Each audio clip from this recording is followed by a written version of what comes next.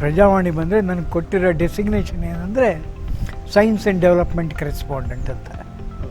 ಅಂಥ ಹುದ್ದೆಯನ್ನು ಪತ್ರಕರ್ತರಿಗೆ ಯಾರ್ದು ಹಿಂದೆಲ್ಲೂ ಕೊಟ್ಟಿರಲಿಲ್ಲ. ಆಗ ವೈಎನ್ ಕೃಷ್ಣಮೂರ್ತಿ ವೈಎನ್ಕೆ ಎಡಿಟರಾಗಿದ್ದರು. ಅಯ್ಯೋ ಆಸ್ ಹರಿಕುಮಾರ್ ಅಂತ ಅವರಿಗೆ ನಾನು ಹರಿಕುಮಾರ್ ನನ್ನ ಸೆಲೆಕ್ಟ್ ಮಾಡಿದ್ದಾನಂತ ಅಂತ ಸಣ್ಣ ಇರಿಟೇಷನ್ ಇತ್ತು, ಗೊತ್ತಿಲ್ಲ. ಯಾವ್ದು ಅಧಿಕಾರದಲ್ಲಿ ಯಾರಿದ್ದಾರೆ ಅಂತ ನಾನು ಎಂದೂ ನೋಡ್ದವನಲ್ಲ. ಎಲ್ಲಾದರೂ ತಪ್ಪಾಯ್ತಾ, ತಪ್ಪು ಧೋರಣೆ ಇದೆಯಾ, ತಪ್ಪು ನೀತಿ ಕಾರ್ಯಾಚರಣೆ ನಡೀತಾ ಇದೆಯಾ, ನನಗೇನು ಅವ್ರನ್ನೇ ಟಾರ್ಗೆಟ್ ಮಾಡಬೇಕು ಅಂತಿಲ್ಲ. ನಾವು ಸರ್ಕಾರದ ಒಳ್ಳೆ ಕೆಲಸವನ್ನು ಮೆಚ್ಚಿ ನಾವು ಮತ್ತೆ ಹೊಗಳಬೇಕಾದ್ದೇನು ಅಗತ್ಯ ಇಲ್ಲ. ಅದು ಹೊಗಳಕ್ಕೆ ಸಾಕಷ್ಟಿದೆ. ನಾವು ಅದು ಸ್ವಲ್ಪ ವಿರೋಧ ಪಕ್ಷದ ರೀತಿಯಲ್ಲಿ ಏಕಕಾಲಕ್ಕೆ 10-15 ಜನ ಸಾಕಷ್ಟು ವಿಷಯ ಪರಿಣಿತರು ಪ್ಲಸ್ ನಾನು ಜರ್ನಲಿಸ್ಟ್ ಆಗಿ ಬಂತು. ನನಗೇನು ಬರೆಯೋಕ್ಕೆ ದಂಡಿಯಾಗಿತ್ತು. ಹಾಗಾಗಿ ಅದು ಒಂದು ರೀತಿ ಅದೇ ಟೈಮ್ನಲ್ಲಿ ಸೈಲೆಂಟ್ ವ್ಯಾಲಿಗೆ ಇಂದಿರಾ ಗಾಂಧಿಯವರು ಬೇಡ ಅಂತ ಹೇಳಿದ್ದೇ ತಡ. ಹಾಗಿದ್ದರೆ ಬೇಡ್ತಿಗೂ ಬೇಡ ಅಂತ ಹೇಳಿ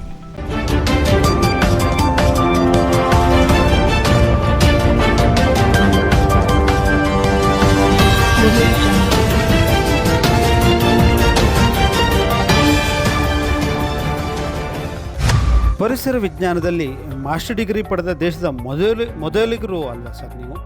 ನನಗೆ ಗೊತ್ತಿರಲಿಲ್ಲ ಅದು ಹೇಗೋ ಆಯಿತು. I belong to that group. ಆಮೇಲೆ PhD ಮಾಡ್ತಾಯಿದ್ದೆ ಚಿಲ್ಕಾ ಸರೋವರದ ಬಗ್ಗೆ, ಅಲ್ಲಿ ಆಗಬಹುದಾದ ಮಾಲಿನ್ಯದ ಬಗ್ಗೆ. ಯಾಕಂದರೆ ಅಲ್ಲಿ ನೌಕಾನೆಲೆ ಮಾಡಬೇಕು ಅಂಥೇಳಿ ಮುಂಚೆ ಪ್ಲ್ಯಾನ್ ಅಲ್ಲಿತ್ತು. ಸೊ ನನ್ನನ್ನು ಅಲ್ಲಿಗೆ ಅಟ್ಟಿದ್ರು. ಅದು ನೆಲೆ ಮಾಡಲಿಕ್ಕೆ ಯೋಗ್ಯನೋ, ಎಷ್ಟರ ಮಟ್ಟಿಗೆ ಅಲ್ಲಿ ಹೂಳು ಎಲ್ಲ ಇರುತ್ತೆ, ಅದೆಲ್ಲ ಏನೇನು ಮಾಡಿ ಆ ಹೂಳೆಲ್ಲ ಲ್ಯಾಬೊರೇಟ್ರಿ ತಂದು ಇದೆಲ್ಲ ಮಾಡಿ ಆಲ್ಮೋಸ್ಟ್ ಅಲ್ಲಿ PhD ಮುಗಿಯೋ ಹೊತ್ತಿಗೆ ನನಗೆ ನೈನಿತಾಲ್ ಕುಮಾವು ವಿಶ್ವವಿದ್ಯಾಲಯದಲ್ಲಿ ಅಲ್ಲೊಂದು ಪೋಸ್ಟ್ ಹೊಸದಾಗಿ ಕ್ರಿಯೇಟ್ ಮಾಡಿದರು, ಪರಿಸರ ಭೂವಿಜ್ಞಾನ ಅಂತೇಳಿ. ಹಿಮಾಲಯ ಅಂದರೆ ತುಂಬ ಶಿಥಿಲವಾದ ಪರ್ವತಗಳ ತಾಣ, ಭೂಕುಸಿತ ಆಗಾಗ ಆಗ್ತಾ ಇರುತ್ತೆ. ಆದ್ದರಿಂದ ಅದ್ರ ಬಗ್ಗೆ ಅಲ್ಲಿಯ ಪರಿಸರದ ಬಗ್ಗೆ ಬೋಧನೆ ಮಾಡಬೇಕು ವಿದ್ಯಾರ್ಥಿಗಳಿಗೆ ಅಂತೇಳಿ. ಸೊ ಅಲ್ಲಿ ಇಂಟರ್ವ್ಯೂ 4-6 ಮಂದಿ ಬಂದಿದ್ದರು. ನನಗೆ ಅಲ್ಲಿ ಉಪನ್ಯಾಸಕ ಅವರ ಅಸಿಸ್ಟೆಂಟ್ ಪ್ರೊಫೆಸರ್ ಅಂತ ನನಗೆ ಅಲ್ಲಿ ಕೆಲಸ ಸಿಕ್ತು. ನಾನು PhD ಅಲ್ಲಿ ಹೋಗಿ ಮುಗಿಸಿದ್ರಾಯ್ತು, ಇನ್ನೇನು ಥೀಸಿಸ್ ಬರೆಯೋದಷ್ಟೇ ಬಾಕಿ ಇದೆಯಲ್ಲ ಅಂಥೇಳಿ. ಅಧ್ಯಾಪಕರಾಗಿ ಈ ನೈನಿತಾಲ್ನಲ್ಲಿ ಹೇಗಿತ್ತು ಸರ್ ನಿಮ್ಮ ಅನುಭವ? ಯಾಕೆಂದರೆ ಹಿಮಾಲಯದ ತುದಿಯಲ್ಲಿ ಕೆಲಸ ಮಾಡುವಂಥ ಅದ್ಭುತವಾದಂಥ ಒಂದು ಅನುಭವ. ಅಲ್ಲಿ ಹೋಗಿ ನೋಡಿದ್ರೆ ನೈನಿತಾಲ್ ನೋಡೋಕ್ಕೆ ತುಂಬ ಸುಂದರ. ಆಮೇಲೆ ಬೇಸಿಗೆಯಲ್ಲಿ ಎಷ್ಟು ಆಹ್ಲಾದಕರ ಗುಡ್ಡಗಳು, ಸೂಚಿಪರ್ಣಿ ಬೆಟ್ಟಗಳು, ಸುಂದರವಾದ ನೀಲಮಣಿ ಅಂತ ಒಂದು ಸರೋವರ ಅಲ್ಲಿ, ಅವೆಲ್ಲ ಅದ್ಭುತವಾದ ಸ್ವರ್ಗ ಅದು. ಆದರೆ ಆ ಸ್ವರ್ಗ ಯಾವಾಗ ಅಂದರೆ ಮಾರ್ಚ್, ಏಪ್ರಿಲ್, ಮೇ ಅಷ್ಟೇ. ಜೂನ್ ಹೊತ್ತಲ್ಲಿ ಮತ್ತೆ ನರಕ ಆಗ ಶುರುವಾಗತ್ತೆ. ಮಳೆ, ಹಿಮಪಾತ, ಜನ ಇರೋದಿಲ್ಲ, ಹೋಟೆಲೆಲ್ಲ ಬಂದಾಗಿರುತ್ತೆ. ಅಲ್ಲಿ ನಾನು ಬ್ಯಾಚುಲರಾಗಿ ಅಲ್ಲಿ ಹೋಗಿದ್ದವನು ಆ ಋತುಮಾನದ ಆ ವೈಪರೀತ್ಯವನ್ನೆಲ್ಲ ನೋಡಿ ನರಕವೇ ನರಕ, ಬೇಡ ಇಲ್ಲಿಂದ. ಅಧ್ಯಾಪನದಿಂದ ಇದ್ದಕ್ಕಿದ್ದ ಹಾಗೆ ಪತ್ರಿಕೋದ್ಯಮಕ್ಕೆ ಬರಲಿಕ್ಕೆ ಕಾರಣ ಏನು ಹಾಗಾದರೆ? ಅವಳು ಸುಧಾಕ್ಕೆಲ್ಲ ಲೇಖನ ಬರೀತಾ ಇರ್ತಿದ್ದೆ, ಕತೆ ಬರೆದಿದ್ದೆ, ಹಾಸ್ಯ ಕತೆ ಬರೆದಿದ್ದೆ, ವಿಜ್ಞಾನವನ್ನು ಬರೆದಿದ್ದೆ, ವಿಜ್ಞಾನ ಲೇಖನ. ಆಮೇಲೆ ಕನ್ನಡದಲ್ಲಿ ಮೊದಲನೇ ಬಾರಿಗೆ ಮೌನ ಕಣಿವೆ ಅಂದರೆ ಸೈಲೆಂಟ್ ವ್ಯಾಲಿ ಚಳವಳಿ ಶುರುವಾಯಿತು. ಆಮೇಲೆ ಇಂದಿರಾ ಗಾಂಧಿಯವರು ಅಲ್ಲಿ ಅಣೆಕಟ್ಟು ಕಟ್ಟೋದು ಬೇಡ ಅಂತ ಹೇಳಿದಲ್ಲ, ಅದನ್ನು ನಾನು ಸುಧಾದಲ್ಲಿ ಅಲ್ಲಿದ್ದಾಗಲೇ ಬರೆದೆ ನೈನಿತಾಲದಲ್ಲಿ. ಅಲ್ಲಿ ಸುಧಾ ನನಗೇನು ಓದೋಕ್ಕೆ ಸಿಗ್ತಿರ್ಲಿಲ್ಲ, ಆದರೆ ನನ್ನ ಲೇಖನ ಪ್ರಕಟ ಆದಾಗ ಅವರು ಒಂದು ಕಾಪಿ ಗೌರವ ಪ್ರತಿ ಅಂತ ಕಳಿಸೋದು ನನಗೆ. ನೋಡ್ತೀನಿ ನನ್ನ ಗೌರವ ಪ್ರತಿ ಆ ಸಂಚಿಕೆಯಲ್ಲೇ ಸುಧಾಕ್ಕೆ ಉಪಸಂಪಾದಕರು ಬೇಕಿದ್ದಾರೆ ಅಂತ ಒಂದು ಜಾಹೀರಾತಿತ್ತು. ಅದು ಮುಂಚೆನೂ ಕೊಟ್ಟಿರಲಿಲ್ಲ ಅವರು, ಆಮೇಲೂ ಕೊಟ್ಟಿಲ್ಲ ನೋಡಿ.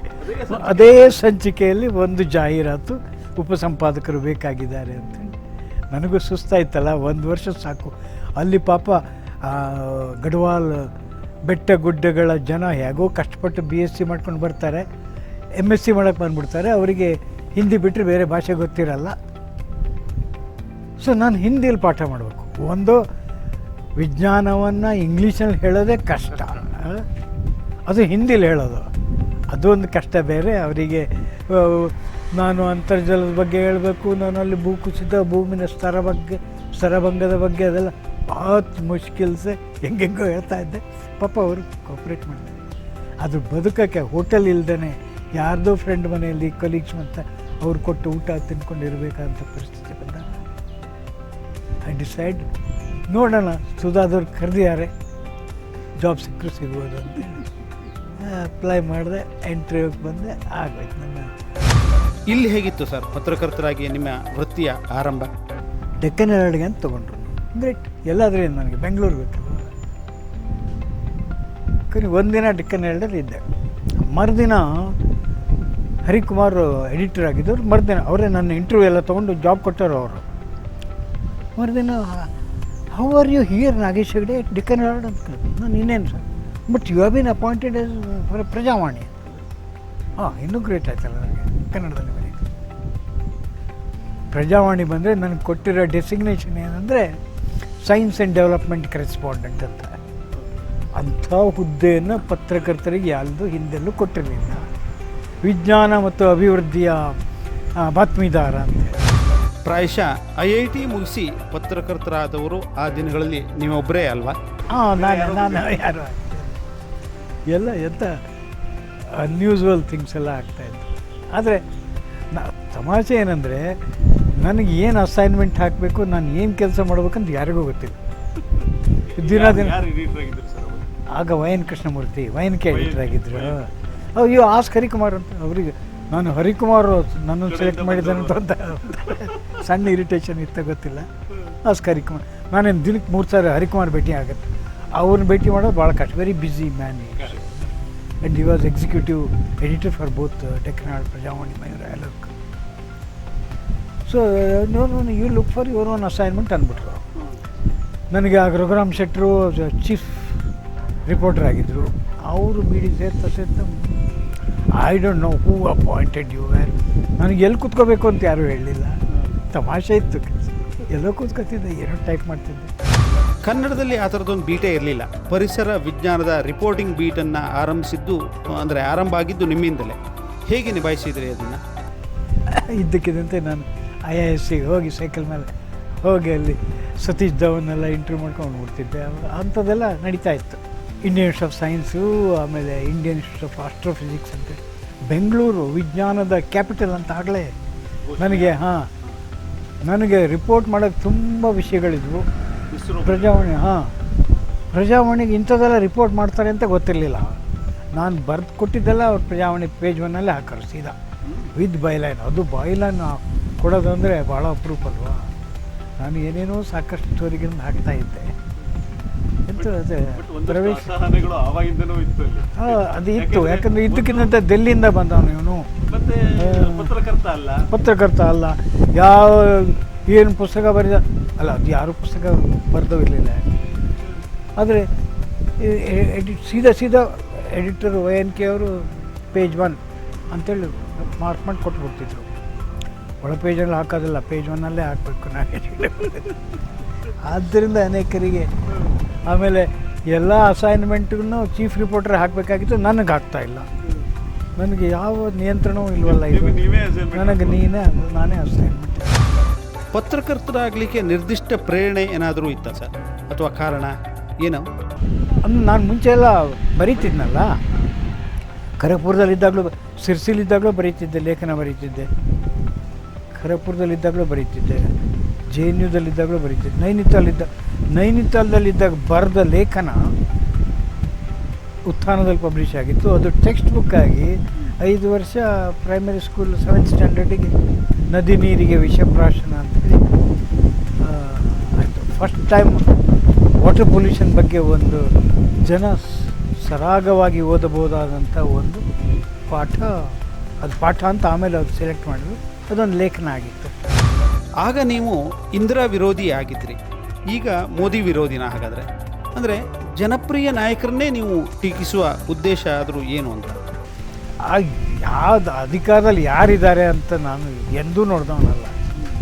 ಎಲ್ಲಾದರೂ ತಪ್ಪಾಯ್ತಾ, ತಪ್ಪು ಧೋರಣೆ ಇದೆಯಾ, ತಪ್ಪು ನೀತಿ ಕಾರ್ಯಾಚರಣೆ ನಡೀತಾ ಇದೆಯಾ, ನನಗೇನು ಅವ್ರನ್ನೇ ಟಾರ್ಗೆಟ್ ಮಾಡಬೇಕು ಅಂತಿಲ್ಲ. ಈ ಗಣಿ ಕೆಲಸದಲ್ಲಿ ಎಷ್ಟೆಲ್ಲ ಅಧ್ವಾನ ಆಯಿತು, ಕುದುರೆ ಮುಖದಲ್ಲಿ ಇಷ್ಟೆಲ್ಲ ಅಧ್ವಾನ ಆಗ್ತಾಯಿದೆ. ಹೂ ಎವರ್ ಈಸ್ ರೆಸ್ಪಾನ್ಸಿಬಲ್, ನಾನು ಕ್ರಿಟಿಸೈಸ್ ಮಾಡೋನೆ. ಅದನ್ನು ಅವ್ರನ್ನ ತೃಪ್ತಿಪಡಿಸ್ಬೇಕು, ಇವ್ರನ್ನ ತೃಪ್ತಿಪಡಿಸ್ಬೇಕು. ತೃಪ್ತಿಪಡಿಸು ಅತೃಪ್ತಿನೇ ನನ್ನ ಮೇಜರ್ ಥೀಮ್. ಅಂದರೆ ಜನಕ್ಕೆ ಏನೂ ಸರಿಯಾಗಿಲ್ಲ, ಇದು ಸರಿಪಡಿಸ್ಬೇಕು ಅಂತ ಯಾವ್ಯಾವ ವಿಷಯಗಳಿದಾವಲ್ಲ ಅಂಥ ವಿಷಯಗಳನ್ನೇ ನಾನು ಪ್ರಯಾರಿಟಿ ಮೇಲೆ ತೊಗೋತೀನಿ. ಸಹಜವಾಗಿ ಅದು ಆ ದಿನಗಳಲ್ಲಿ ಪ್ರಭುತ್ವದ ಎತ್ತರದಲ್ಲಿದ್ದವರಿಗೆ ಅದು ನಾನು ಅವರನ್ನು ಟೀಕಿಸಿ ಬರಿತೀನಿ ಅಂತ. ಕ್ರಮೇಣ ನನಗೂ ಗೊತ್ತಾಯ್ತಲ್ಲ, ಈ ಪತ್ರಿಕಾ ಧರ್ಮನೇ ಅದು. ದ್ಯಾಟ್ ಯಾವುದೇ ಸರ್ಕಾರ ಇರಲಿ, ಪತ್ರಕರ್ತರೆಲ್ಲ ವಿರೋಧ ಪಕ್ಷದ ಪ್ರತಿನಿಧಿಯಂತೆ ವಿರೋಧ ಪಕ್ಷವಾಗಿ ಕೆಲಸ ಮಾಡಬೇಕು. Keep criticising, keep A watch dog ಅಂತಾರೆ ಪತ್ರಕರ್ತರನ್ನ, ರಿಯಲ್ ವಾಚ್ ಡಾಗ್. ಹಾಗಾದರೆ ದೇಶಕ್ಕೆ ನಿಮ್ಮ ಪ್ರಕಾರ ಮೋದಿ ಸರ್ಕಾರ ಒಳ್ಳೆ ಕೆಲಸ ಮಾಡಿನೇ ಇಲ್ಲ ಅಂತಾನೆ? ಸರ್ಕಾರದ ಬಗ್ಗೆ ಹೇಳಬೇಕಲ್ಲ, ಯಾಕೆ ಹೇಳಿ? ಸರ್ಕಾರಕ್ಕೆ ತನ್ನ ಬಗ್ಗೆ ಹೇಳ್ಕೊಳ್ಳೋಕ್ಕೆ 100-200 ಚಾನೆಲ್ಗಳಿದ್ದಾವೆ, ಜಾಹೀರಾತುಗಳಿದ್ದಾವೆ, ಪೋಸ್ಟರ್ಗಳಿದ್ದಾವೆ, ವಾರ್ತಾ ಇಲಾಖೆನೇ ಇದೆ. ಹಾಗಾಗಿ ನಾವು ಸರ್ಕಾರದ ಒಳ್ಳೆ ಕೆಲಸವನ್ನು ಮೆಚ್ಚಿ ನಾವು ಮತ್ತೆ ಹೊಗಳಬೇಕಾದ್ದೇನೂ ಅಗತ್ಯ ಇಲ್ಲ. ಅದು ಹೊಗಳಕ್ಕೆ ಸಾಕಷ್ಟಿದೆ. ನಾವು ಅದು ಸ್ವಲ್ಪ ವಿರೋಧ ಪಕ್ಷದ ರೀತಿಯಲ್ಲಿ, ಅದರಿಂದ ನೈತಿಕತೆಗೆ ಧಕ್ಕೆ ಆದಾಗ, ಸಂವಿಧಾನಕ್ಕೆ ಧಕ್ಕೆ ಆದಾಗ, ನಮ್ಮ ರಾಷ್ಟ್ರದ ಮೂಲಭೂತ ಆಶಯಗಳಿಗೆ, ಸ್ವಾತಂತ್ರ್ಯಕ್ಕೆ ಧಕ್ಕೆ ಆದಾಗ ಅಂಥ ವಿಷಯಗಳನ್ನೆಲ್ಲ ನಾವು ಎತ್ತಿ ಹೇಳಬೇಕು. ಪರಿಸರ ವಿಜ್ಞಾನಿ ಆಗಿದ್ದವರು ಪರಿಸರ ಚಳುವಳಿಗಾರರಾಗಿ ಬದಲಾಗಿದ್ರಿ, ಹೇಗೆ ಇದು? ನಾನು ವಿಜ್ಞಾನ ಮತ್ತು ಪರಿಸರ ಆಗೇನೂ ಅಷ್ಟೆಲ್ಲ ಪರಿಚಿತ ಆಗಿರಲಿಲ್ಲ. ಕ್ರಮೇಣ ಪರಿಸರದ ವಿಷಯ ತುಂಬ ಮುನ್ನೆಲೆಗೆ ಬರ್ತಾ ಇದೆ. ಅಫ್ಕೋರ್ಸ್ ಅದು ಆರಂಭ ಆಗಿದ್ದು 1980 ನಾವು ಒಂದು ಅನ್ಯೂಸಲ್ ಅದು ಅಮೇಝಿಂಗ್ ಗೊತ್ತಾ. 1980 ನಾನು ಜಾಯ್ನ್ ಆದ್ನಲ್ಲ ಪ್ರಜಾವಾಣಿಗೆ, ಅದೇ ಟೈಮ್ನಲ್ಲೇ ಇಂಡಿಯನ್ ಇನ್ಸ್ಟಿಟ್ಯೂಟ್ ಆಫ್ ಸೈನ್ಸ್ನಲ್ಲಿ ಆಗ್ತಾನೆ ಮಾಧವ್ ಗಾಡ್ಗಿಲ್ರು ಹಾರ್ವರ್ಡಿಂದ ಬಂದಿದ್ದರು, ಪರಿಸರ ವಿಜ್ಞಾನದ್ದು. ಎನರ್ಜಿ ವಿಜ್ಞಾನಿ ಅಂತ ಅಂದ್ಕೊಂಡವರು professor A K N Reddy ಅಂತ, ಅವರು ಪ್ರಿನ್ಸ್ಟನ್ನಿಂದ ಬಂದಿದ್ದರು. SR ಹಿರೇಮಠು ಅವರು ಶಿಕಾಗೋದಿಂದ ಬಂದರು, ಇಂಜಿನಿಯರ್ ಅವರೆಲ್ಲ ಕರ್ನಾಟಕಕ್ಕೆ ಬಂದರು. ಕುಸುಮ ಸೊರಬ್ ಅನ್ನೋರು ಅಲ್ಲೆಲ್ಲೋ ಮುಂಬೈದಲ್ಲಿದ್ದವರು, ಅವರು ಕರ್ನಾಟಕಕ್ಕೆ ಬಂದರು. ವಂದನಾ ಶಿವ ಅನ್ನೋರು ನ್ಯೂಕ್ಲಿಯರ್ ಫಿಸಿಕ್ಸ್ನಲ್ಲಿ PhD ಮಾಡಿದವರು, ಅವರು ಕರ್ನಾಟಕದ IIM ಬಂದು ಸೇರಿಕೊಂಡ್ರು. ಪಾಂಡುರಂಗ ಹೆಗಡೆ ಅಲ್ಲೆಲ್ಲೋ ಇಂದ್ರಪ್ರಸ್ಥದಲ್ಲಿ ದಿಲ್ಲಿ ಸ್ಕೂಲ್ ಆಫ್ ಎಕನಾಮಿಕ್ಸ್ನಲ್ಲಿ ಸ್ಟಡಿ ಮಾಡಿಕೊಂಡು ಅವರು ಮತ್ತೆ ವಾಪಸ್ ಬೆಂಗಳೂರಿಗೆ ಅಂದರೆ ಕರ್ನಾಟಕಕ್ಕೆ ಬಂದರು. ಏಕಕಾಲಕ್ಕೆ 10-15 ಜನ ಸಾಕಷ್ಟು ವಿಷಯ ಪರಿಣಿತರು, ಪ್ಲಸ್ ನಾನು ಜರ್ನಲಿಸ್ಟ್ ಆಗಿ ಬಂತು. ನನಗೇನು ಬರೆಯೋಕ್ಕೆ ದಂಡಿಯಾಗಿತ್ತು. ಹಾಗಾಗಿ ಅದು ಒಂದು ರೀತಿ ಅದೇ ಟೈಮ್ನಲ್ಲಿ ಸೈಲೆಂಟ್ ವ್ಯಾಲಿಗೆ ಇಂದಿರಾ ಗಾಂಧಿಯವರು ಬೇಡ ಅಂತ ಹೇಳಿದ್ದೇ ತಡ. ಹಾಗಿದ್ದರೆ ಬೇಡ್ತಿಗೂ ಬೇಡ ಅಂಥೇಳಿ, ಬೇಡ್ತಿ ಯಾಕೆ ಮಡಗಿಸ್ಬೇಕು, ಅಘನಾಶಿನಿ ಯಾಕೆ ಮಡಗಿಸ್ಬೇಕು, ಇಲ್ಲೆಲ್ಲ ಚಳವಳಿ ಎದ್ಬಿಟ್ಟು. ಅದು ದಟ್ವಾದ 1980ರಿಂದ 85 ವರ್ಷ ಇದೆಯಲ್ಲ, ಪರಿಸರ ಚಳವಳಿಗಳ ಸುವರ್ಣ ಕಾಲ ಅಂತ ಹೇಳಬೇಕು ನಾವು. ಎಷ್ಟು ಆಗಂತೂ ತಿಂಗಳಿಗೆ 2 ಸಾರಿ MG ರೋಡ್ನಲ್ಲಿ ಮೆರವಣಿಗೆ ಪ್ರತಿಭಟನೆಗಳು. ನಾನು ರಿಪೋರ್ಟರ್ ಆಗಿದ್ದು ಪ್ರತಿಭಟನೆ. ಅಂದರೆ ನಿಮ್ಮ ಬರಹಗಳೇ ಪರಿಸರ ಚಳವಳಿಗೆ ಪ್ರಚೋದನೆ ನೀಡಿದ್ವು ಹಾಗಾದರೆ? Not that I was pushed in to that. ನಾನು ಬರೆದೆ ಅನೇಕ ಲೇಖನಗಳು ಚಳವಳಿಯಾಗಿದ್ದಾವೆ.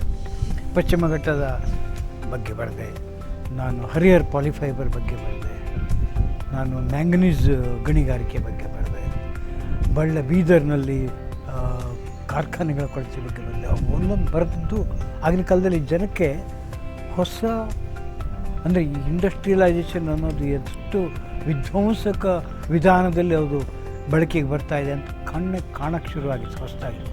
ಈಗೆಲ್ಲ ನಮಗೆ ಅದು ಕಾಮನ್ ಆಗಿಬಿಟ್ಟಿದೆ, ಹೆದ್ದಾರಿ ಸೃಷ್ಟಿ ಮಾಡೋದು. ಹಾಗಾದರೆ ರಸ್ತೆಯನ್ನು ಸೃಷ್ಟಿ ಮಾಡ್ತಾರೆ, ಒಂದು ಅರಣ್ಯವನ್ನು ಛೇದ ಮಾಡಿ ಸೃಷ್ಟಿ ಮಾಡ್ತಾರೆ.